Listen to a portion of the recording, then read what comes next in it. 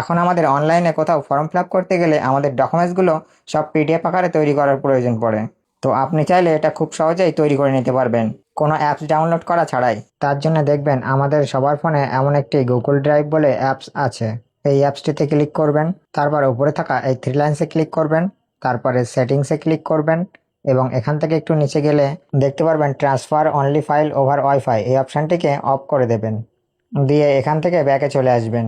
তারপরে এই নিচে থাকা প্লাস চিহ্ন ক্লিক করবেন এবং এখানে দেখতে পাচ্ছেন একটি স্ক্যান বলে অপশান, এটাতে ক্লিক করবেন। তারপর আপনার মোবাইলের ক্যামেরার সামনে এমনভাবে ডকুমেন্টসটাকে ধরবেন, অটোমেটিক্যালি এটা স্ক্যান করে নিয়ে নেবে।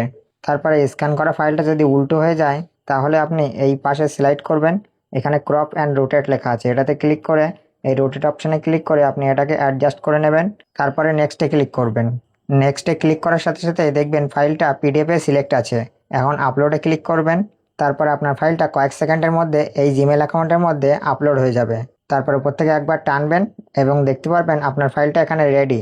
এখান থেকে আপনি এই ফাইলটা ডাউনলোড করে যেখানে খুশি দিতে পারবেন, আর এই ফাইলটা আপনার এখানে অটোমেটিক্যালি সেভ হয়ে থেকে যাবে। তো আপনার ডকুমেন্টস আর বারবার বহন করে নিয়ে যাওয়ার প্রয়োজন পড়বে না। এখানে আপনি এখান থেকে ডাউনলোড করে করে যে কোনো জায়গায় দিতে পারবেন।